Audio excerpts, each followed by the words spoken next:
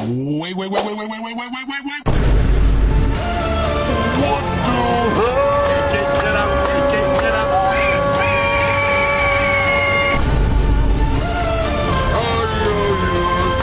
Get up, YouTube tempo. Tanto ya mi perfect. A few moments later. Tahu nama mbaknya siapa? Nama saya Sally. Sekarang giliran saya, nama saya Sela Kinasi. Mbak bisa panggil saya dengan sebutan Mbak, Kakak, panggil Sela juga boleh. Baik, Mbak Seli asalnya dari mana? Asal saya dari Bengkulu Selatan. Kesininya naik apa Mbak? Tadi kesini naik motor. Dengan siapa? Kebetulan sendiri. Oh iya, kalau boleh tahu Mbak kesini atas kemauan sendiri atau gimana Mbak? Saya kesini atas kemauan saya sendiri.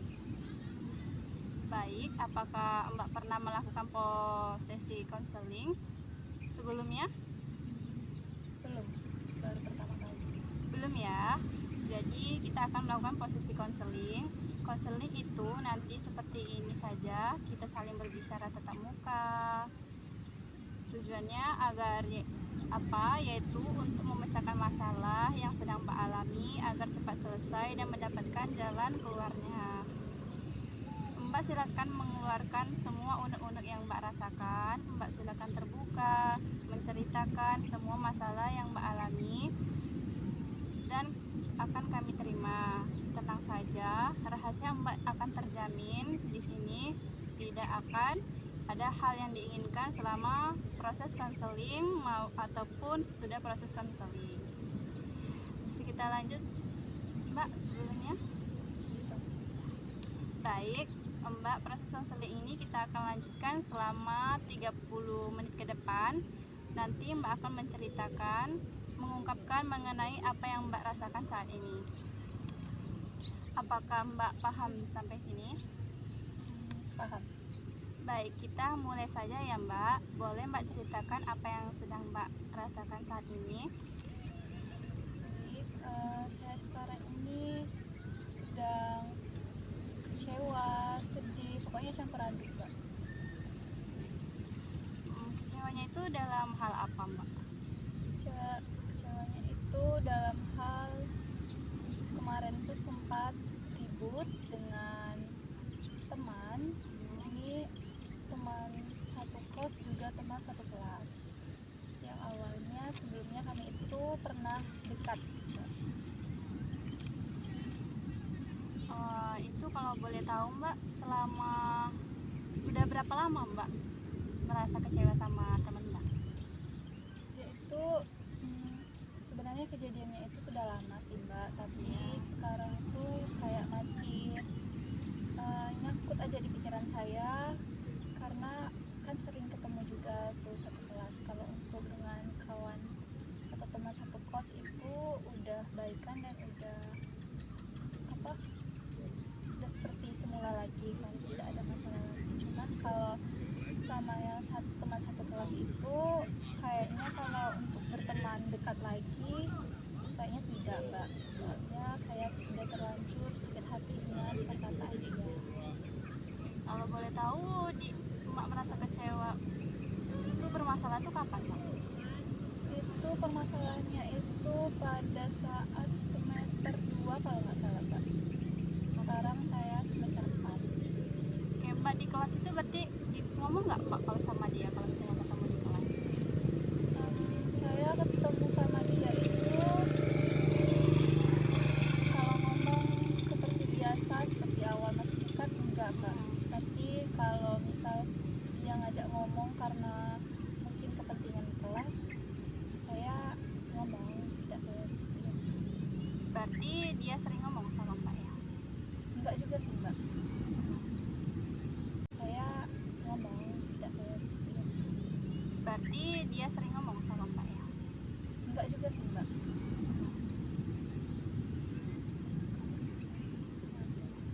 Permasalahan Mbak tuh apa sama kawan Mbak yang sekelas ini tadi? Kemarin tuh jadi awalnya tuh gini Mbak, kan awalnya saya itu ribut ribut sedikit sama kawan teman kos saya, yaitu kami itu satu kosan kan. Jadi awalnya itu kami kemarin kumpul ada 3 orang kan, teman saya sama teman saya yang satu lagi. Nah kami itu kumpulnya itu di kamar kosan teman saya yang satu kos sama saya.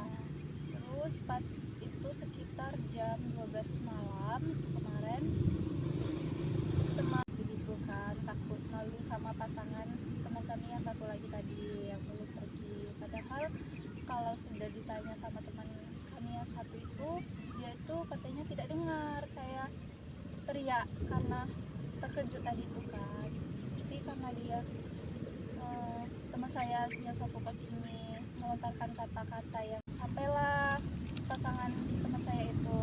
Nah pas itu kami mau menutup gerbang kan, tapi saya di situ posisinya sudah duluan keluar daripada teman saya yang satu lagi. Nah pas waktu saya mau menutup gerbang itu saya tuh kaget, tiba-tiba ada teman saya yang satu lagi tiba-tiba ada di belakang saya dengan posisi itu tuh gelap mbak.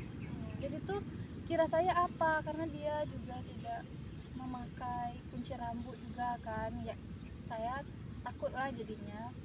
Jadi waktu itu tuh dia tuh melontarkan kata-kata yang memalukan begitu kan, takut malu sama pasangan teman kami yang satu lagi tadi yang belum pergi. Padahal kalau sudah ditanya sama teman kami yang satu itu, dia itu katanya tidak dengar saya teriak karena terkejut tadi itu kan.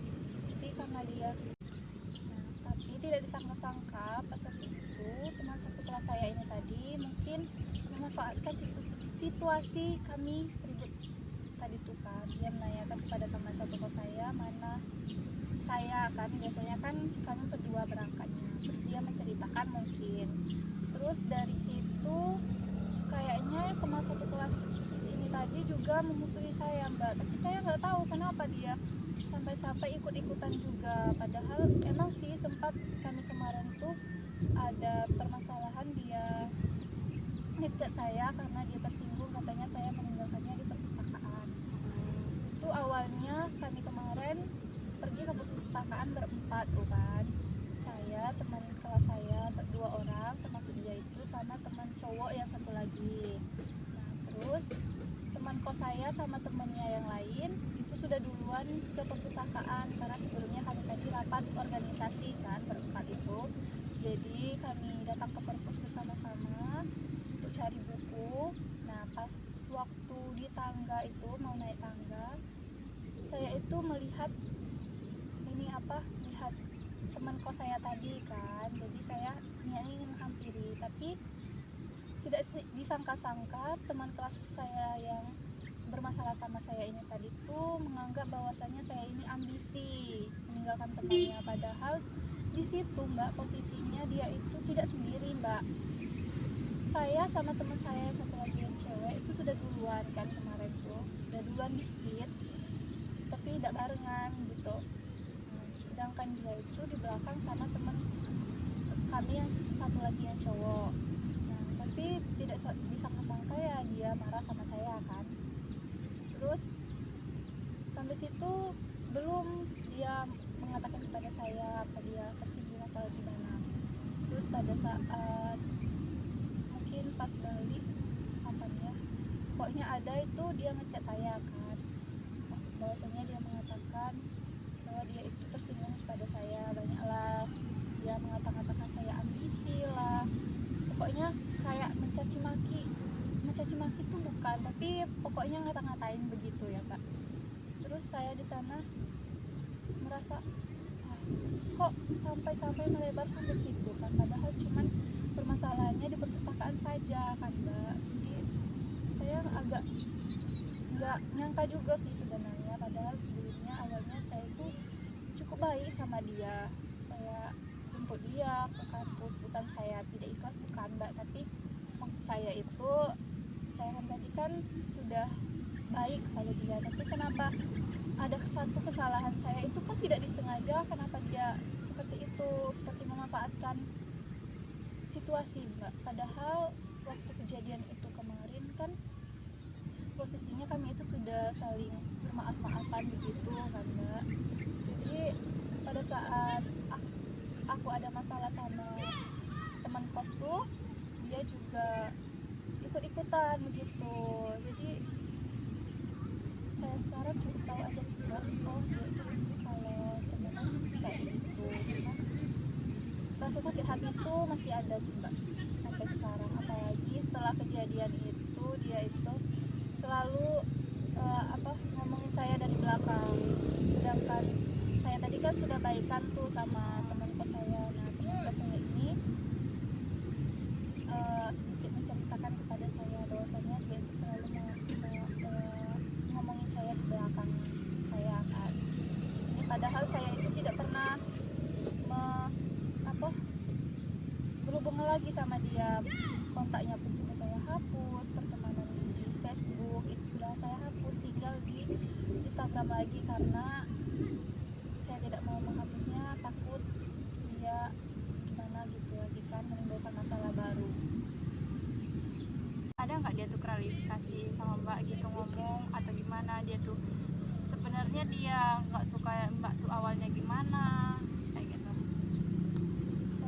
Kalau masalah itu saya nggak tahu sih Mbak, dia nggak suka sama saya kapan, tapi waktu kejadian itu pas kami ribut sama teman kos saya itu, dia baru menceritakan bahwasannya dia itu tersinggung sama saya. Itu pun cuman permasalahannya di perpustakaan tadi kan, tapi mungkin ada permasalahan lain, dia tidak suka kepada saya nggak tahu ya Mbak, itu bukan urusan saya juga dia suka atau tidak kepada saya. Cuman dari perkataan dia mencaci maki di chat, mengata-ngatain saya itu sakit hati sama dia Mbak. Sampai sekarang tuh saya masih ingat, walaupun enggak gimana ya, saya bukan dendam, tapi saya itu ingat gitu cara dia. Padahal kemarin sempat pas sudah kejadian kan, saya kira permasalahannya sudah ya Mbak ya, tapi ternyata dia itu masih ngomongin saya juga, padahal saya kira dia itu sudah melupakan juga. Saya pun walaupun sudah sempat sakit hati sama dia, mencoba juga untuk berdamai kembali walaupun tidak dekat begitu. Kami kan satu organisasi juga kemarin tuh Mbak, jadi kami tuh kalau di organisasi kemarin sempat dekat seperti awalnya, ngomong-ngomong seperti biasa, tapi ternyata di belakang saya dia tetap ngomongin saya Mbak. Jadi setelah saya tahu itu, saya langsung hapus lagi WA-nya, sampai sekarang ini tidak saya save lagi karena saya tidak mau lagi berhubungan dengan dia. Dia pun, kalau saya Mbak sempat minta maaf sama dia, mungkin karena saya salah kan, walaupun tidak sengaja saya minta maaf, tapi dia walaupun sudah mengata-ngatain saya tidak ada sedikit pun mau meminta maaf sama saya, dan itu pun saya sudah tidak peduli sih sebenarnya, tapi ya sakit hati itu masih ada sampai sekarang. Sekarang kira-kira bagaimana perasaan Mbak dari masalah yang Mbak hadapi sama teman-teman Mbak itu? Kalau untuk sekarang sih Mbak, saya itu sudah biasa saja, tidak terlalu memikirkannya lagi. Kemarin tuh sempat sih saya sampai nangis karena permasalahan tersebut kan, karena memang buat sakit hati perkataannya itu. Padahal awalnya kami itu cukup akrab, jadi mungkin saya itu rasanya agak sedikit kecewa juga, ada sedih juga kan, tidak menyangka sampai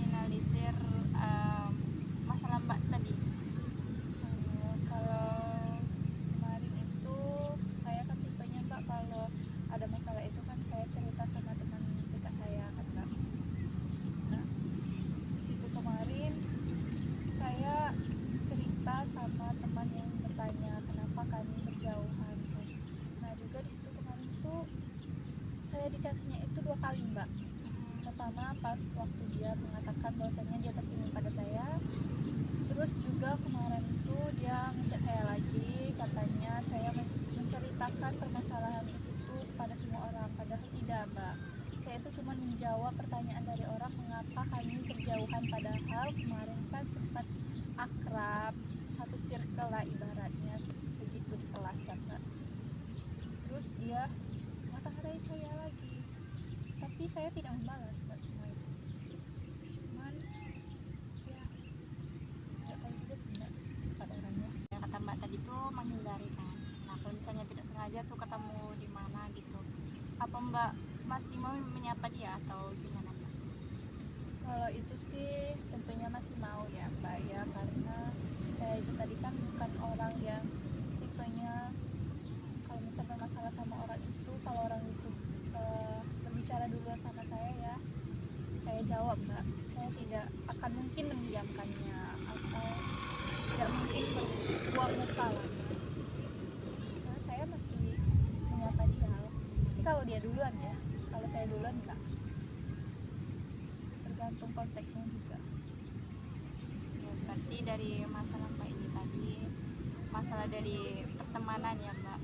Terus kalau misalnya misalnya dia mau minta maaf tuh, mau baik-baik sama Mbak kan nantinya, nah apa tanggapan Mbak selanjutnya? Apa Mbak biasa aja apa Mbak gimana terhadap dia? Kalau soal masalah itu sih Mbak, kalau masalah memaafkan, saya itu sudah memaafkan walaupun dia sampai sekarang belum meminta maaf atau tidak ada satu kata pun meminta maaf kepada saya. Kalaupun dia minta maaf kepada saya, ya saya biasa-biasa saja. Mungkin saya akan menanggapi ya saya memaafkan. Berarti Mbak dari sini permasalahan ini Mbak tidak seakrab dulu lagi ya? Ya, enggak. Berteman pun itu karena kami itu satu kelas Mbak. Jadi sebelumnya emang udah dekat ya Mbak ya? Sebelumnya itu pernah dekat. Namanya satu circle. Tadi Mbak dari 20 menit yang lalu, bagaimana perasaan Mbak setelah bercerita dengan proses konseling ini? Saya sebelumnya kan belum pernah cerita permasalahan ini kepada siapapun ya Mbak ya. Saya hanya cerita di sini saja. Setelah saya bercerita tadi, mungkin perasaan saya sedikit agak lega ya Mbak, karena saya sudah mengeluarkan unek-unek saya yang selama ini mungkin belum terkeluarkan. Masalahnya tentang keuangan lah Mbak, ibaratnya. Saya kan bukan golongan dari orang yang mampu, tapi juga tidak miskin-miskin banget. Oh, masalah keuangan nih. Nah, masalah keuangan nih maksudnya masalah keuangan apa Mbak? Lagi kuliah atau Mbak di sini lagi sekolah? Boleh diceritakan Mbak? Iya, jadi saya kan di sini merantau ibaratnya ke Bengkulu kuliah ya Mbak. Jadi saya juga ngekos juga. Terus dari awal kemarin keuangan dari orang tua saya itu lancar-lancar saja ya Mbak.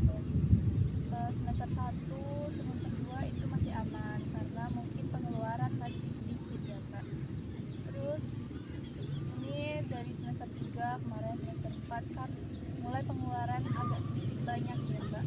Terus juga sekarang Mbak tahu juga cari uang itu susah kan, apalagi kalau di kampung-kampung.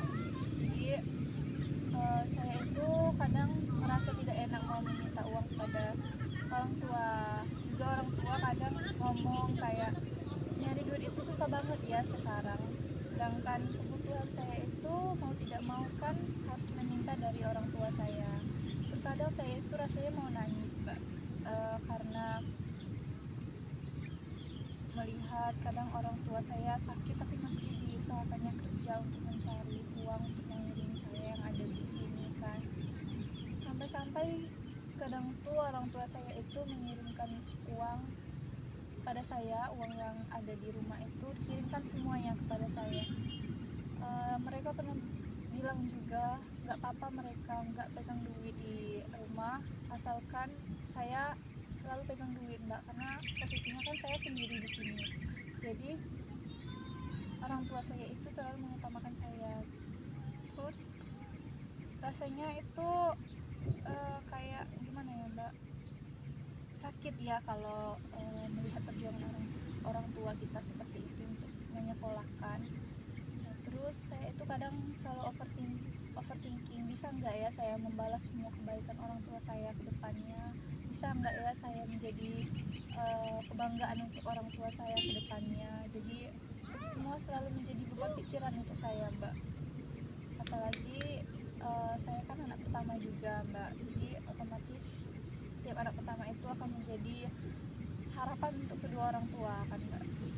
Terus juga contoh untuk adik-adik saya. Jadi saya itu kalau masalah keuangan itu saya sangat sensitif, Mbak, karena ya itu tadi, saya kan bukan golongan orang yang atas ya, Mbak, golongan yang menengah saja. Itu pun terkadang juga kemarin pas waktu mau bayar kos itu saya itu ditagih sama ibu kos juga, padahal cuman 2 hari telatnya, Mbak. Itu pun karena memang orang tua belum mengirim, karena mungkin belum ada duitnya kan, Mbak. Jadi dia datang marah-marah kan, Mbak.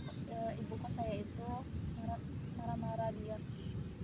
Jadi di situ posisinya saya, lah kenapa harus marah-marah, padahal kan telatnya baru 2 hari. Itu pun baru kali itulah saya telat gak bayarnya. Sebelumnya saya itu selalu bayar tepat waktu, kalau nggak tuh lebih cepat daripada waktu pembayaran. Terus dari situ saya nangis karena tidak enak dimarahi seperti itu, sedangkan orang tua saya tidak pernah memarahi saya kan, Mbak. Terus dari situ juga saya ngomong sama orang tua saya kan, ini kayaknya ibu kosnya ini nggak mau nunggu lagi. Terus dari situ orang tua saya berusaha mungkin mencari ya, Mbak. Nggak lama itu malamnya langsung dikirim, nggak tahu saya orang tua saya dapat dari mana. Saya pun bertanya-tanya, Mbak, tapi orang tua saya itu selalu ngomong gini, kamu nggak perlu mikirin orang tua itu dapat dari mana uangnya, yang penting kamu sekolah aja, katanya seperti itu. Jadi saya tuh sedih lah, Mbak. Awalnya tadi tidak ada uang, tapi tiba ada. Itu mungkin bertanya-tanya ya dari mana mereka dapat. Pasti mereka itu kalau tidak meminjam atau gimana ya ini. Kalau masalah perekonomian itu, apalagi saya sekarang ini kan belum bisa membantu ya, Mbak. Kerja dulu masih menjadi beban orang tua. Oke, dari Mbak cerita tadi, kalau boleh tahu pekerjaan orang tua Mbak itu apa? Kalau untuk pekerjaan orang tua saya petani, Mbak. Tapi kalau ibu saya sama bapak itu membuat batu bata. Jadi tidak tiap hari mendapat uang. Kalaupun tiap hari itu bapak saya itu mencari sasaran begitu, kerja sini kerja situ, nggak menetap. Itu kalau untuk bayar uang semester ya mengandalkan uang dari cetak batu bata tadi, tapi uangnya itu nggak bisa tiap hari dapatnya, Mbak. Paling enggak 2 bulan satu kali menggang bata itu, kalau enggak itu 3 bulan satu kali dapat uang sebesar untuk bayar UKT. Kalau boleh tahu tanggungan dari orang tua Mbak itu ada berapa? Ada berapa orang? Kalau tanggungan orang tua saya itu masih banyak ya, Mbak. Soalnya kan saya anak pertama. Kami itu 3 bersaudara, Mbak. Yang adik saya kelas sekarang baru mau masuk SMA. Terus yang satu lagi cowok itu baru mau naik kelas 4 sekarang. Sedangkan saya kuliah semester 4 itu lagi banyak-banyak ya kan, Mbak, mengeluarkan uang dengan pencarian yang cukup terbatas. Dari permasalahan Mbak tadi, yang permasalahan yang pertama itu permasalahan tentang teman ya, terus yang kedua itu permasalahan tentang ekonomi keluarga. Baik, Mbak, dapat kita simpulkan dari proses konseling pada hari ini bahwasanya Mbak memiliki masalah pertemanan dan masalah itu ekonomi keluarga, dan sudah berusaha untuk menyelesaikannya. Dengan kata lain, Mbak sudah menjelaskan Mbak akan melakukan hal yang positif. Baik, bagaimana perasaan yang sudah Mbak rasakan sesudah melakukan proses konseling ini? Alhamdulillah sudah cukup lega Mbak, karena saya sudah mengeluarkan cerita atau sudah bercerita kepada Mbak. Mbak pun sudah merespon dengan baik. Baik Mbak, kalau Mbak ingin melakukan proses konseling selanjutnya, Mbak boleh mendatangi tempat kami dan membuat perjanjian untuk pertemuan selanjutnya. Nanti kita akan lihat bagaimana proses Mbak setelah proses konseling ini, atau kalau Mbak merasa sudah cukup dengan proses konseling ini, boleh kita akhiri di pertemuan ini saja atau bagaimana Mbak? Kayaknya cukup Mbak, karena saya tadi sudah menceritakan masalah saya kepada Mbak. Semoga setelah melakukan proses konseling ini bisa membuat Mbak sedikit lega dan bisa perlahan bisa menghadapi masalah Mbak. Sampai jumpa di nanti proses konseling selanjutnya. Saya akhiri. Wassalamualaikum warahmatullahi wabarakatuh. Waalaikumsalam.